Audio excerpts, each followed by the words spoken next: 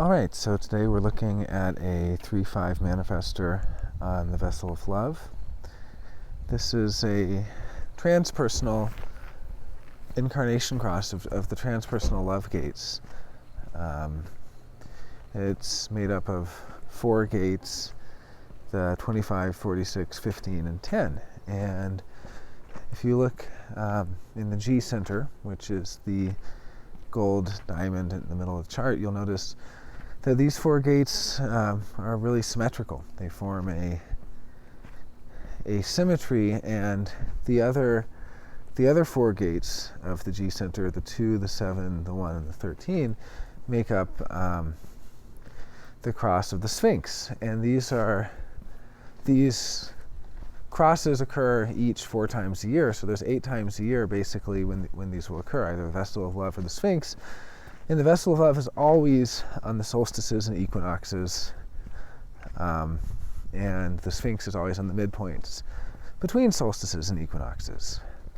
So looking at a Vessel of Love here, we know this was someone born around an equinox, the spring equinox. Okay, so looking at a Manifestor 3-5 and single definition here with the solar plexus defined. This is an emotional being who needs emotional clarity to act correctly.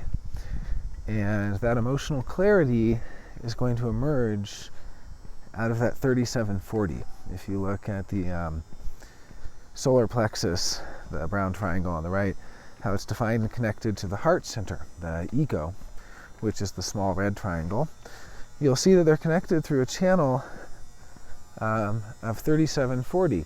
And this is a channel that's about community, it's about family, it's about tribal bonds and connections and so on. And this is a very supportive channel. It's really about supporting people and, you know, having your people, basically. And this 3740 is where the emotional center is going to have its wave. I mean, its main wave, anyway. The whole thing, if you have the solar plexus defined, which we're seeing here, everything's on a wave. And there's really 3 different kinds of waves. There are individual waves, there are tribal waves, and there are collective waves. And what we're seeing here is the tribal wave. The tribal wave is a pretty steady wave.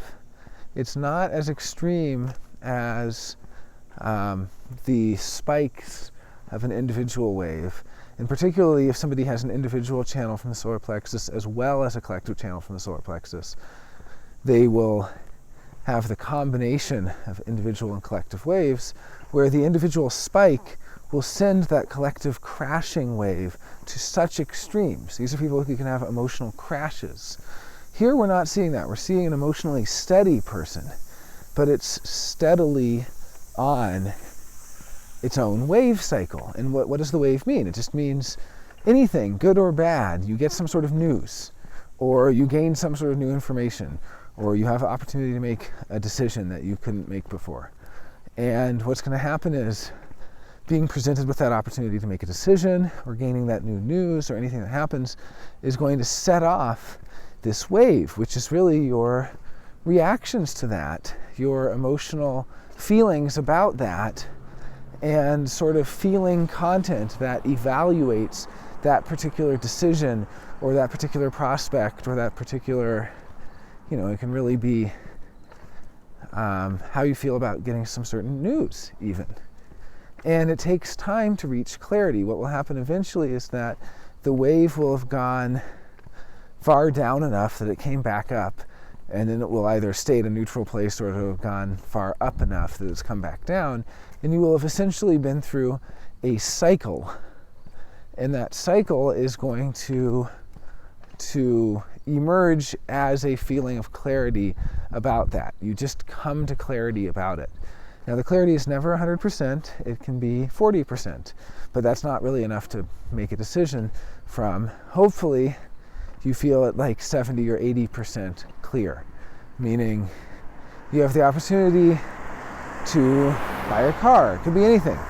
And instead of impulsively rejecting the prospect, jumping to a conclusion about it, no, that's not the one for me, or impulsively jumping on it and going, oh my God, this is the most amazing car ever, this is the most amazing deal, if I don't buy it now, I'm going to miss out.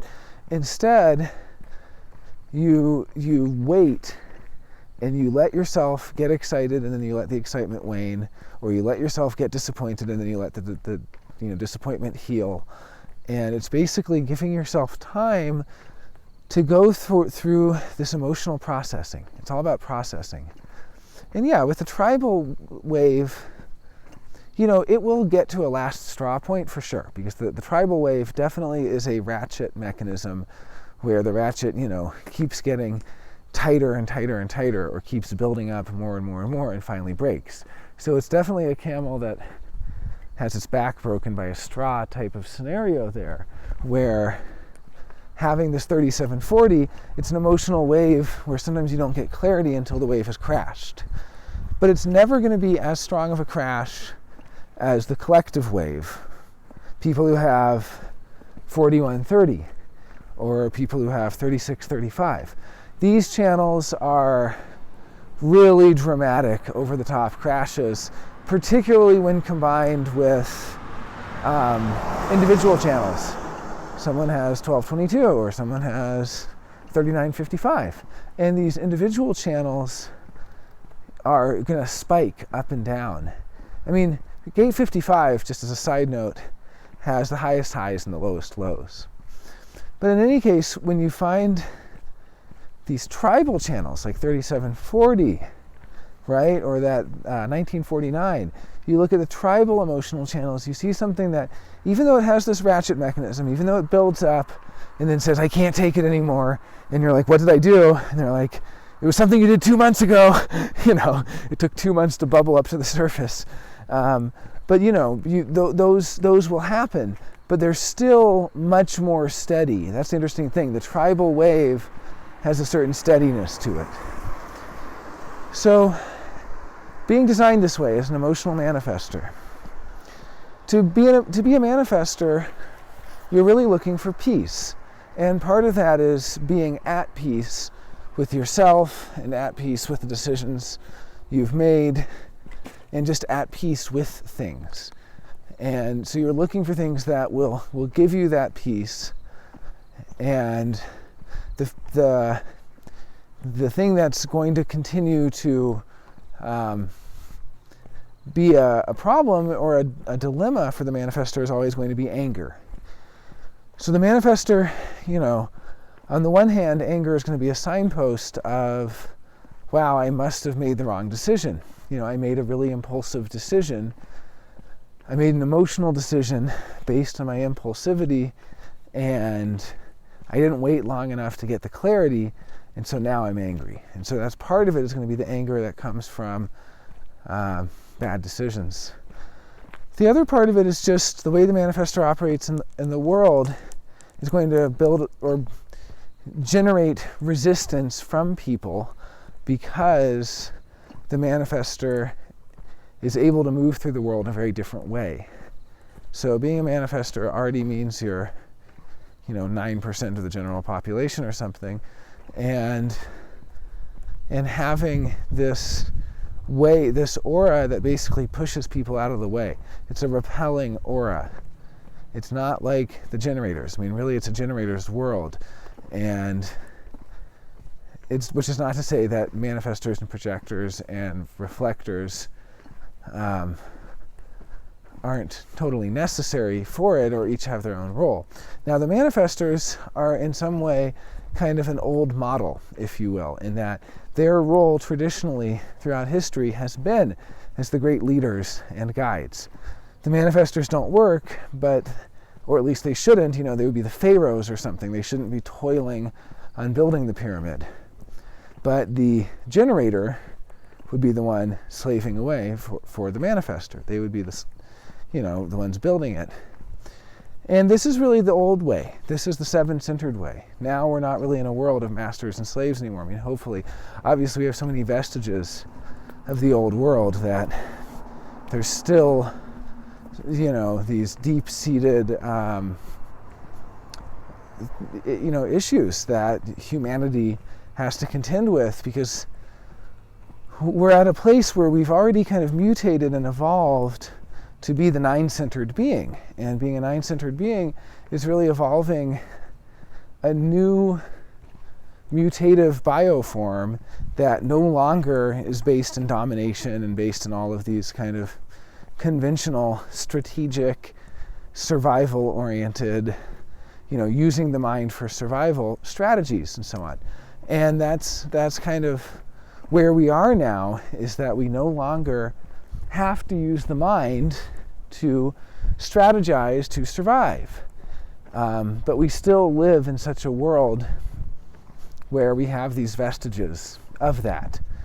We still have this strong conditioning that the mind should make all the decisions. And that's kind of what's at the crux of human design is, what happens if, in this case, instead of making a mental decision, it's trusting the process of emotional clarity that will naturally emerge over time. The classic advice for the defined solar plexus is that there's no truth in the now. I mean, really, there are moments that have truth, but those are the moments of clarity, and there's no truth when you first encounter something. The way my friend Perry likes to put it is, people take time to come into focus.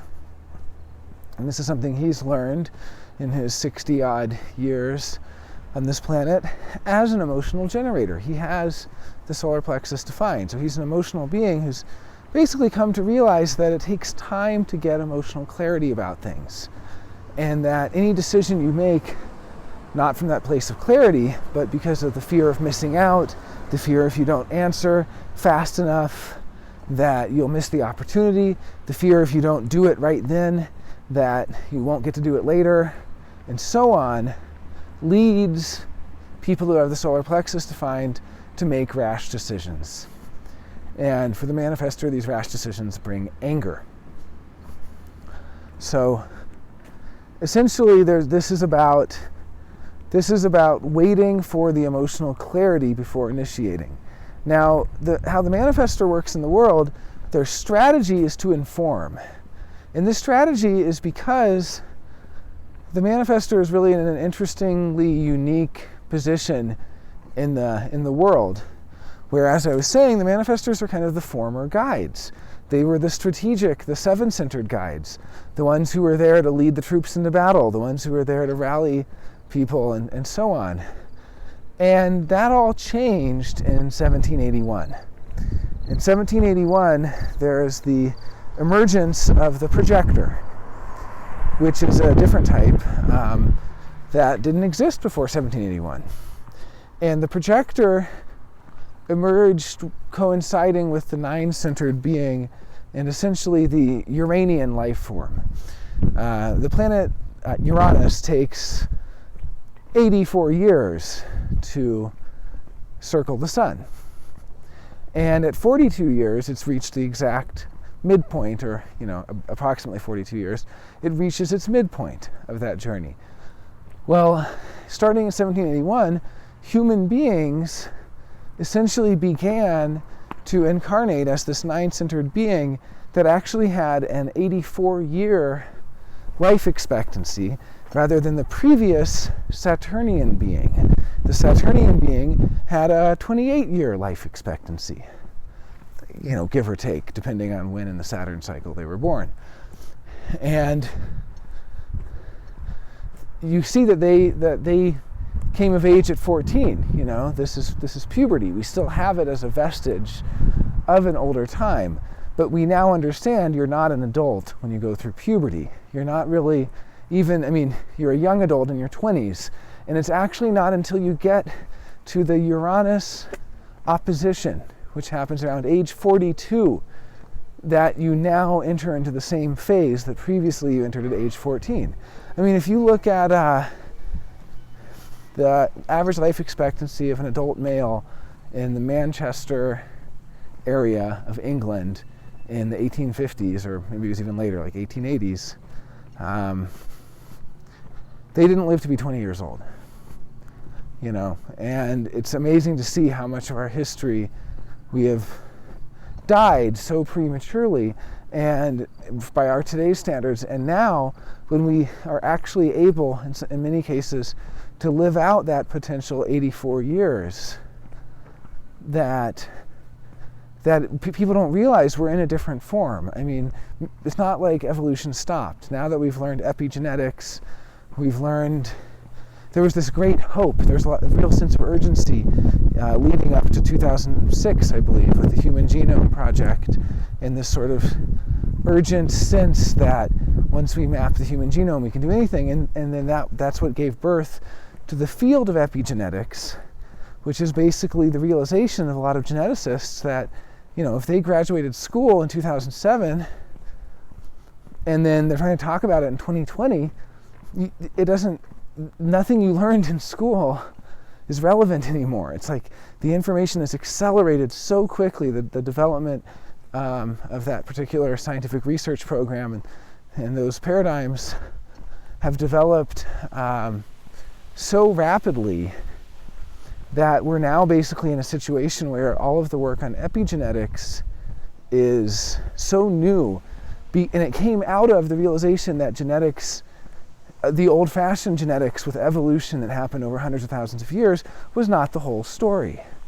Epigenetics is about rapid mutation that occurs within one's lifetime, that occurs for an individual in real time. The way that my geneticist friend described it is that it's almost as if we thought by mapping the human genome, we had a full picture of the genetics. And actually what we had was like a two-dimensional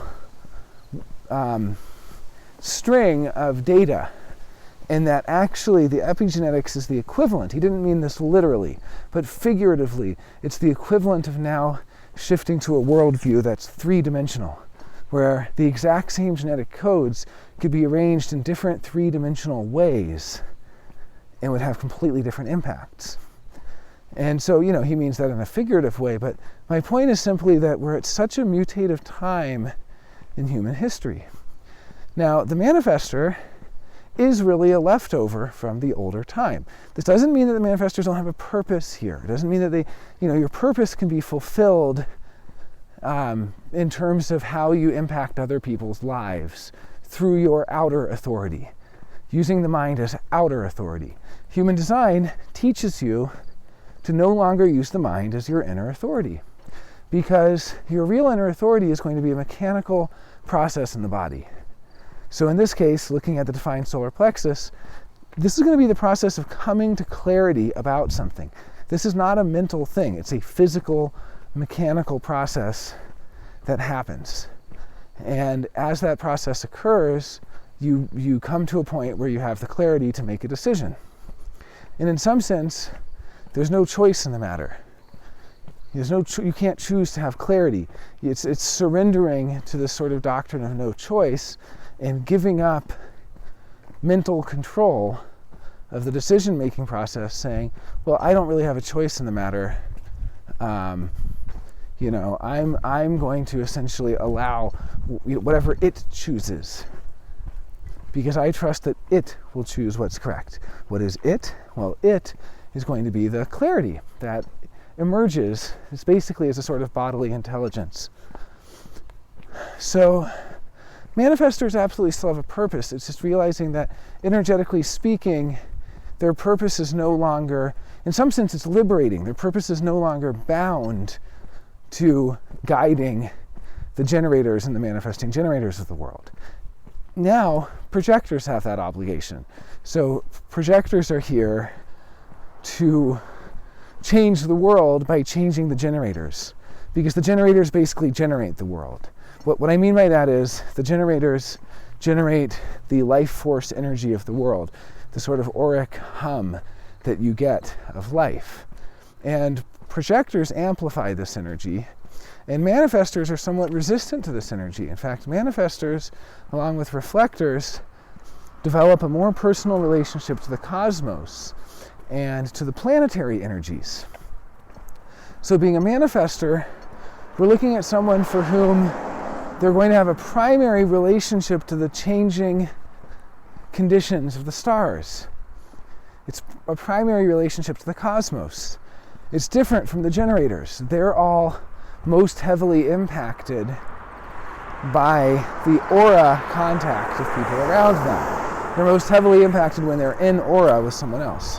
But a manifestor is going to be most heavily impacted by the actual moving planetary bodies. Pluto is in gate 61 and Uranus is in gate 24. And that's pretty cool. I mean, that doesn't happen very often. Pluto has a 248-year cycle. Uranus has an 84-year cycle, as I mentioned. And the fact that both of them are in aspect to each other, and that the aspects to each other is part of the same channel. I mean, it's cool stuff. So I guess what I'm trying to say is the planetary conditions are going to light up different parts of the chart of the manifestor, like a Christmas tree, in the same way that a projector and a generator get lit up from each other, or from other generators and other projectors, manifesting generators.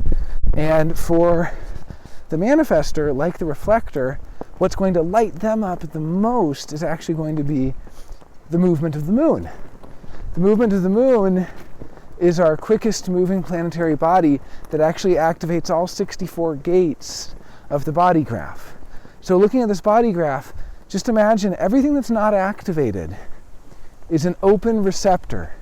There's this openness that it's open to basically taking in that particular theme and amplifying that particular conditioning theme. And when you look at the chart and see all this openness, realize that if you're a generator or a projector, you're going to be predominantly activated through other people in aura. And if you're a reflector or a manifestor, it's really about the planetary transits. Okay, so looking at the chart here, we can see that it goes on. After that emotional definition, we have the 5125. And this is a channel of initiating. It could be initiating people into the community, initiating people, but also into living as themselves, leaving behind the community, or leaving behind an old community and joining a new one.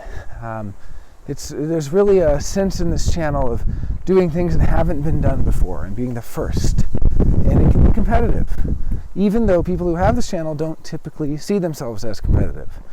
And even other people might say they're not really competitive, it's more just like competition happens around them. In fact, I think it's more common for them to say, I don't know why everyone's always trying to cut in front of me in traffic, or I don't know why, people get so competitive with me. Because that's one of the associations. And going along, we have the 1020, which is the channel of awakening. And then we have the 1-8, which is a very creative channel. Gate 1 is called the creative. And it's basically about creative self-expression, being individual, really being yourself. And so, looking at this configuration, we really see it all starts in the solar plexus and then passes through the ego, and then from the ego on, it becomes individual, meaning that the ultimate expression is going to be one of individual empowerment, of awakening, and of awakening to creative expression, and just generally being able to at least be prepared to be mutative. All individual circuitry carries mutation with it as a keynote. The general advice for somebody with individual circuitry like this would be, when you're melancholic, which is part of individual circuitry, just realize this is a time of turning inward and preparing for future mutations. You don't have to explain that. In fact, never try to explain where sadness came from. And realize that even in a place of emotional clarity, you can still be melancholic. That melancholy is its own frequency that's kind of outside of the emotional wave There are certainly waves of melancholia in particular channels coming out of the solar plexus, like the 1222, but even then it tends to be a shocking spike that just appears like a bolt out of nowhere. It's not really a wave. It's more you're going along and then the melancholia just hits you and suddenly you're melancholic. And suddenly everything feels different, everything seems different, and you're no longer as interested, in those things. It's like a loss of appetite and a need to turn inward. So just realize that despite the fact you have this strong tribal activation, which basically will mean that you carry with you an energy that can bring people together, bring together a sense of camaraderie, bring together a sense of community, bring together the sense of a part of a greater whole, or a part seeking that greater whole. I mean, that is part of your makeup, that you are here to join the team. You are here to be part of the whole and actually encourage that and facilitate that in others, to facilitate that bargain, that tribal bargain of we're all in this together, and so we'll make an agreement together that we'll all work towards a common goal. In exchange for this agreement, we'll all get fair compensation and we'll get fair time off and so on. This tribal channel is really what glues together a team. It glues together a family. It glues together a community. So you have this. I don't want to diminish that. I mean, this is a big part of you. It's your inner authority, ultimately. You will trust the clarity that comes out of that tribal aspect. And yet, you have these individual channels in the integration circuitry of 1020, which is a kind of proto-individual circuitry. And to know that the individual always stands alone from the tribe, and the individual stands alone from the collective as well. The tribe and the collective are as different as a close friend and a stranger. The collective is the world of strangers. It's the world of the internet. It's the world of history books and the world of the news. And it's basically the collective world out there. And the tribal is the close, the intimate connections, the bonds, the agreements, the loyalties, the trusts of life. And so having this tribal channel does give you that strong quality, but then it goes to 5125, which is an individual channel about leaving the tribe behind and going your own way, and being the first to do something. And really, a big theme here coincides with the Manifestor theme of initiating. As a Manifestor, you're here to initiate, meaning to take the initiative, to start something. Well, this is the channel of initiation, and it can be initiating new ways of doing things, new ways of explaining things. I mean, in your case, it can be initiating new forms of community. It can be about initiating people into things as well. And with the 1020, this is a keynote of awakening, of really being yourself in the now. And it's the self-love, one of the 4 gates of the vessel of love, the love of being alive, which is really the love of the self. People talk a lot about self-love, but self-love is the love of being alive. It's the same thing. You love being alive as yourself. And having this gate 10 connected to gate 20, which is the gate of contemplation in the now, in the throat, you'll see. It goes from 10 to 20. And it's called the channel of awakening. And having this is initiating awakening, being the first to wake someone up, or being able to initiate somebody into a more deep or true awakening to who they really are, to that love of being themselves in the moment. So even though we have such a strong tribal channel, this 3740, we see that's actually the nodes. If you look at the design side and count down to the 3rd and 4th icons on the left, those are the icons of the nodes, of the north and south node.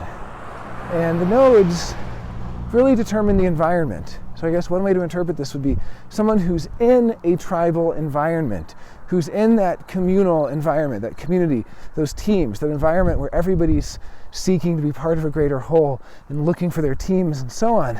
And within that environment, here's someone who's really here to embody the 4 types of transpersonal love, or the 4 types of universal love, as they're called. I mean, Gate 25 is the gate of universal love, but it's really the love of inanimate objects.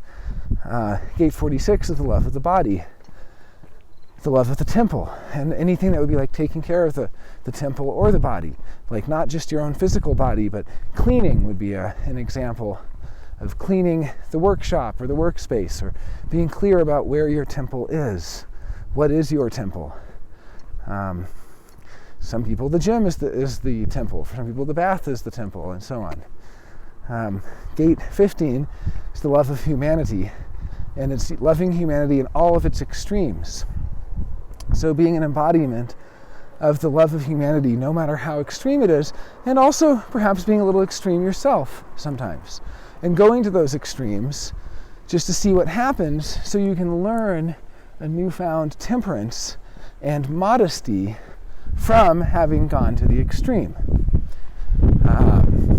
And then finally that gate 10 that I was talking about, which is really the love of the self, which is the love of being alive and the love of being yourself. So having all this, being able to initiate people into awakening. And I haven't really talked about the 1-8 as much. The 1-8 is a channel of creative expression. And it's found in stand-up comedians, it's found in singers, it's one of the so-called verbal gunslinger channels, and it's a creative channel. So it's a channel that can potentially bring totally new things into the world through its actions and through its communication. So having all of these potentials, and then being designed as you are, as a single definition manifestor. Single definition, by the way, it just means all of the centers are connected together.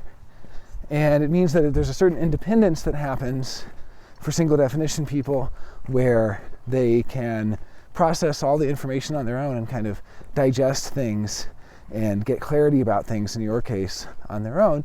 So they become rather independent.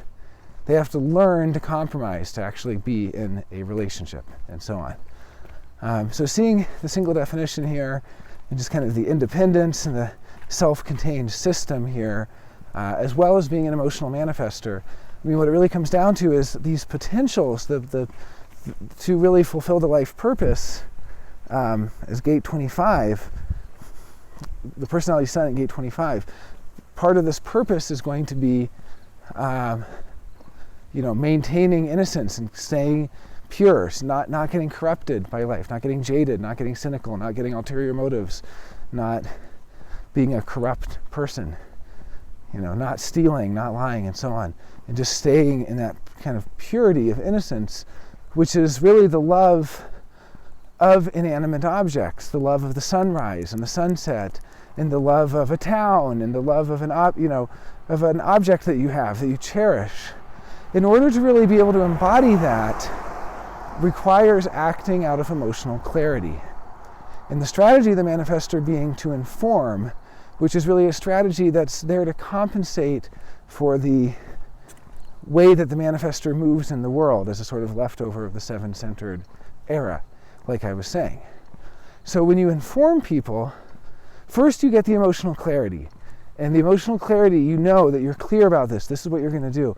You inform them as early as possible. As soon as you have that clarity, you say, this is what I'm going to do. And you give them as much time as possible.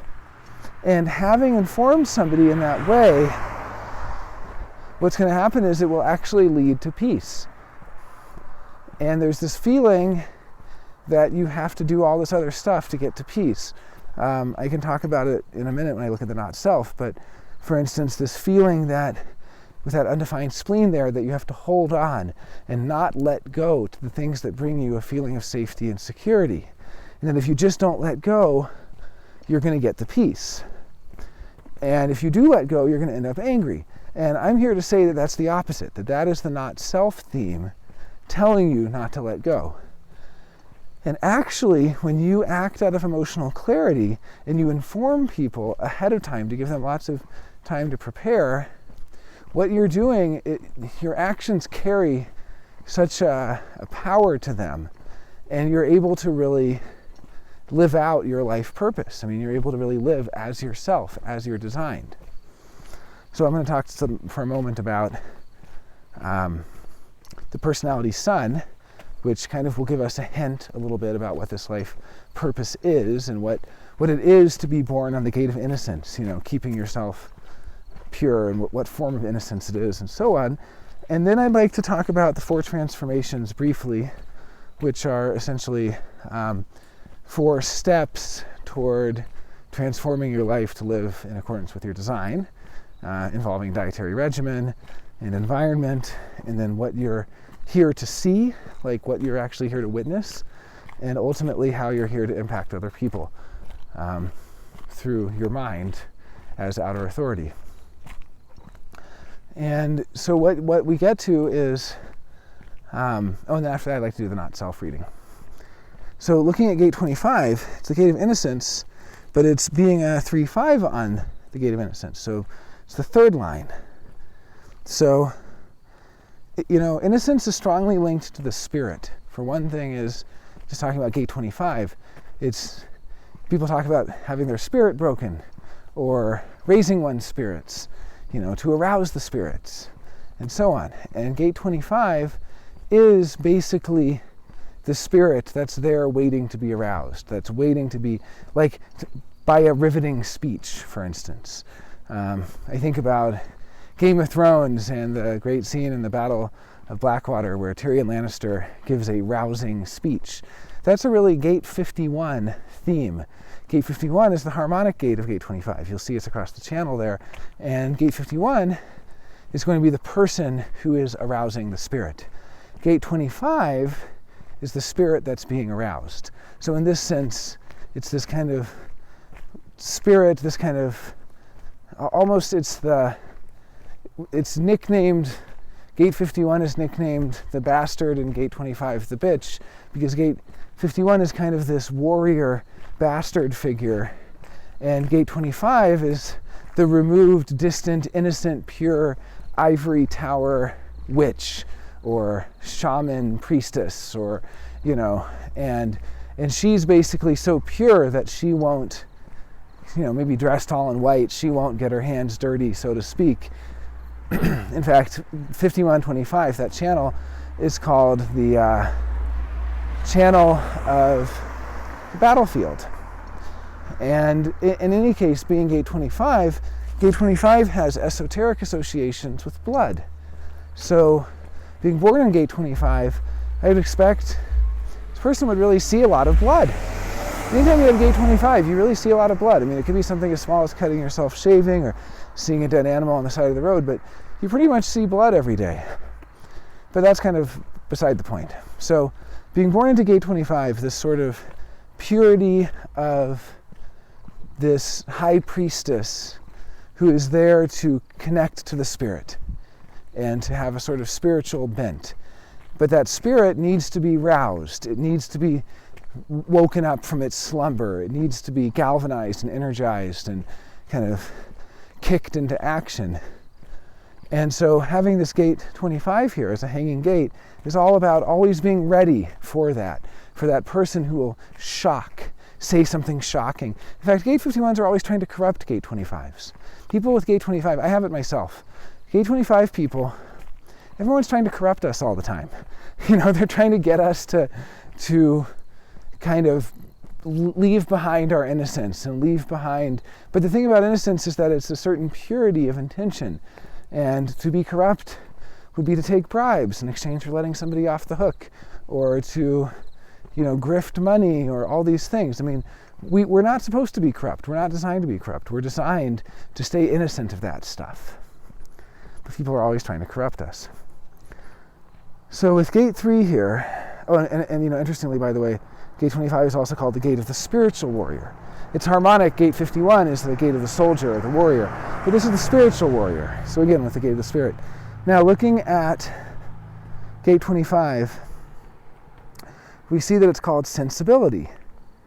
And the potential for wisdom, the so-called blue line here, which is the potential to be learned over, in this case, a lot of trial and error and a lot of mistakes, because it's a third line. Third line, you can only really learn this through trial and error, through a lifetime of making mistakes and doing the wrong thing and learning what doesn't work, and then going, oh, now I get it. And the wisdom to be learned here is the recognition that innocent action does not in itself guarantee success. So it's really realizing that if you want it to work, the fact that you're innocent doesn't make a difference if it works or not. That there's no guarantee of success. There's no guarantee you'll have the impact you're here to have. There's no guarantee you'll be able to affect people in the way that you're here to affect them by just being innocent. The exaltation, the power of the ego to withstand failure and still maintain its nature. So at its best, that's what it can tell you. It can say, okay, well, I was innocent and it didn't work. But that's okay because I can persist. This is part of the third line, resilience. The power of the spirit to withstand failure and shock. There's always gate 51 at the other side, the gate of shock. They're always waiting to corrupt this gate of the spirit. They're always waiting to corrupt the spirit. They're always waiting to shock you into giving up and so on. And so this is really as an exaltation, meaning at its best, it's about the perseverance through failure, to really just keep persevering, and the ego's resilience in the face of shock and failure. The detriment is the potential loss of innocence through misfortune, that in the extreme can manifest from crime to suicide, the potential loss of spirit through failure or shock. So this is what happens when the 25 is corrupted, when it is taken over to that other side where it's not supposed to be. It's not like other gates that can handle it. You know, someone with gate 51 can handle that. Their gate 51 is designed to be that rough and tumble, corrupted way of living. But gate 25 can't handle that, sometimes, right? So the whole idea here is that as long as you're following strategy and authority, as long as you're informing people of your decisions ahead of time, and as long as you're making decisions by surrendering to emotional clarity, by waiting and getting used to telling people, I'm not sure about that, or, oh, I need some time to think about it, need some time to mull it over. The more you do that, the more you bring out this side of being able to maintain your innocence and to learn how to be resilient and continue to persevere through failures and shocks. That's a big part of what it is to be a 3-5, to really learn. The 3-5 is the martyr heretic, and it martyrs itself. That's just one of its primary purposes, meaning, you know, they're the ones who try out the experimental drug on themselves, and they tell you the side effects. And if it's not a good working environment, they're the first ones to quit. They do the Jerry Maguire, I'm out of here, you know. They martyr themselves. And being a 3-5, that third line theme is so strong of constantly, you know, testing and trying, and that trial and error, and that need to persevere. And you will be able to persevere through that trial and error process, that process of martyring, of being a martyr heretic. And you'll be able, your heresy will support you in your continued burning down of everything that's not worthy of standing the test of time, and kind of clearing the way for the new to emerge by breaking the things that don't work. And this is a big part of the third line, and then also a big part of being a manifestor.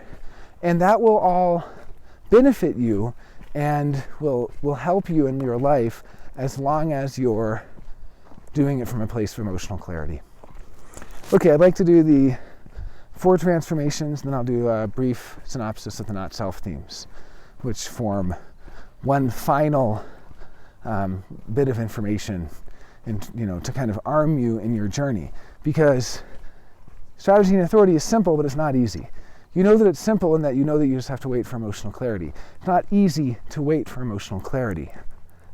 It's not easy because everything in you can be saying, if I miss this opportunity, I'm going to be so angry. And it's this sort of the only way I can avoid anger is if I just do it. Well, that's not the case, but we will see that when we get to the not self theme. Okay, so talking about the 4 transformations, your determination is the nocturnal or indirect light.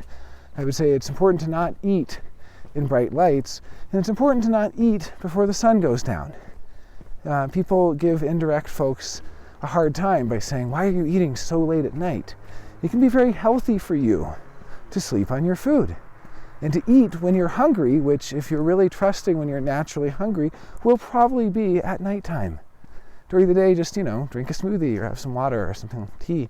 But at night is when you can really take things in, because being a sort of nocturnal creature, nighttime is when you're able to really absorb, and that goes for things like nutrients. It also goes for information. You probably learn the most at night. Okay, so you also have touch as your tone, your tonal cognition. And what that's saying is that it may be important for you to touch the food, or you might get some information through touch that could help you. Your environment is internal markets. This is an urban environment. It's a city environment, and it's an environment where essentially you're running focused errands to different internal markets, to different stores. And when you go to these stores for the specific things you need, you're kind of on a mission. You have an agenda. You're going there and getting the things you need and doing what you need. And kind of in this flow in the city of having access to all the specific things you need. You're really not designed for the countryside. You're designed to be more connected in a densely packed aura that you might find in, for instance, New York City. So when you're in a place like New York, in this densely packed aura, at any point you can get anything you need. You have access to such specific, precise marketplaces for exactly the products that you need. And you can go there and get them. And so that's really important to be able to do that. What you're here to see, what your view is survival. So once you're in that city place, that New York City or that kind of urban environment, and you can find versions of internal markets in smaller towns and stuff like that. Going to a place like Taolin World Market in Albuquerque, where they have very specific, very precise food and so on, would be an example. But in general, Albuquerque is not even as much of a city in terms of being a densely packed city as you would find in a place like New York. So there's just levels of it. You can find versions of it, in all sorts of places, except maybe the absolute countryside, where there's literally no commerce happening at all. But once you get to that environment, what you're here to see in that environment is survival. Who's going to survive and who isn't? What are their fears? What are their weaknesses? What are their vulnerabilities? When you meet people, not that you have to necessarily try or strive for this, but you're just designed to naturally see who's going to survive and who isn't, who will make it and who won't, and so on. And then your motivation is innocence, which is the fool on the hill, the complete outsider, the Buddha who has no dog in the fight, who doesn't take sides, who isn't political at all, and who makes no judgment about it. So you're here to really be motivated by a complete lack of motivation, in the sense that it's not necessarily correct for you to have a lot of plans and goals and desires and ulterior motives. I mean, it's interesting when you find continuity like this, where you're on the Gate of Innocence and then you have the 6th color on that Gate of Innocence, which is itself called innocence. It's not very often that you find deep continuities between the surface and the substructure like that. But in your case, it's really at the surface level, part of your life purpose involves persevering through failures by maintaining the spirit and by not letting your spirit get crushed through disappointments and failures and anger and so on. And at the substructure level, your correct motivation is innocence, which will get pulled away into desire whenever anyone asks you, and what's your plan? And what are you going to do about it? And so on. Those aren't correct questions for you to answer. The correct questions would be, what have you noticed? Because you have this amazing gift which lies dormant for most people because they're not living their design. That as you live your design, this gift will emerge of being able to see things objectively in a detached way outside of it, so to speak. And the only thing really standing in the way of living your design is the not-self. The not-self is the mind that doesn't want to give up control so easily of making decisions. The mind was necessary to survive for so many thousands of years.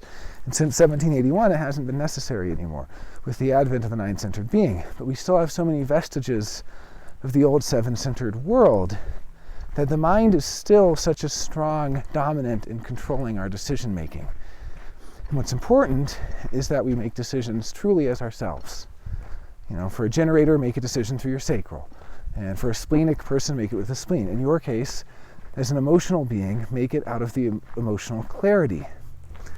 But the not-self is always there. And in this case, the fundamental of the not-self will be the undefined spleen, which feels like it has to hold on, even if it's not good for it.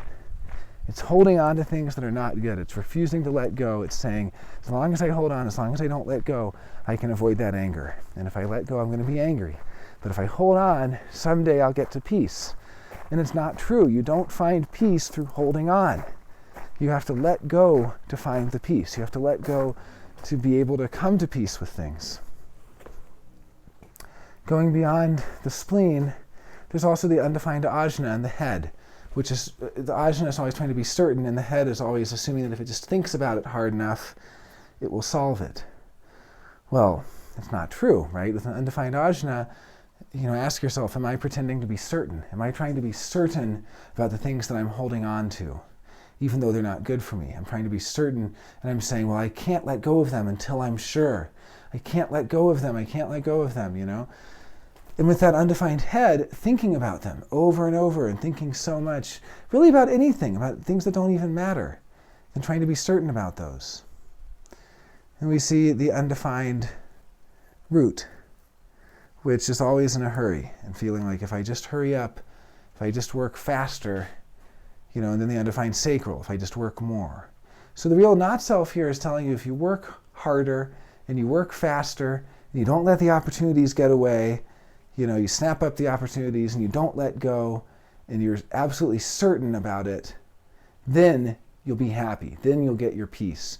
And otherwise you'll end up angry. And it's not true. The only thing that will bring you peace is making decisions correctly as yourself, which means making them from a place of emotional clarity. And the moment that you think you're going to get peace from hurrying up to work hard, to make sure you don't have to let go of something and all of this other stuff, it doesn't bring you peace. It won't. It can't. So you look at the undefined centers. These undefined centers can be beautiful. They can be incredible. I mean, you can notice when they get lit up by the transits, for instance, and you'll notice how different you feel when the spleen is lit up. Every month, the moon goes through the spleen gates, and you'll notice, 4 days or whatever it takes for the moon to go through all the spleen gates, 4 or 5 days, where you feel really good. You feel like you're not holding on to things, like you can let go of them and it's no big deal. But then the rest of the time there's this mental feeling always of, I can't let go of it. Bad things will happen if I let go. I can't let go of that person. I can't let go of that job. I can't let go of that place. I can't let go of that thing. I can't let go of that idea. I mean, all this stuff, just not surrendering, not letting go, and still holding on to it and keeping it because it's familiar and it brings you comfort, even a sort of cold comfort, when in actuality it's not good for you. It's not good for you to hold on to all that stuff. But yet the mind is there saying, I have to hold on. So in any case, I'll end here, but this is what human design is about. Human design is about living as yourself, about giving up control of the decision making to something in you that knows what is correct for you, that you can trust every time without a doubt. It gives you the deepest faith. And I know in the beginning it's hard, and especially being a third line, there's a real healthy pessimism, a real healthy skepticism of the third line that wants to see for itself. So really it's just an experiment. See what happens the next time you have to make a decision, if you just delay the decision and keep delaying it until that clarity is so strong that you go, it's not changing anymore. It's no longer coming into focus. It's in focus. I can see what is correct for me. And when it's in focus and you can see it and you can reach out and touch it and you have that clarity, that's when you make the decision. All right? Thank you for listening. Take care.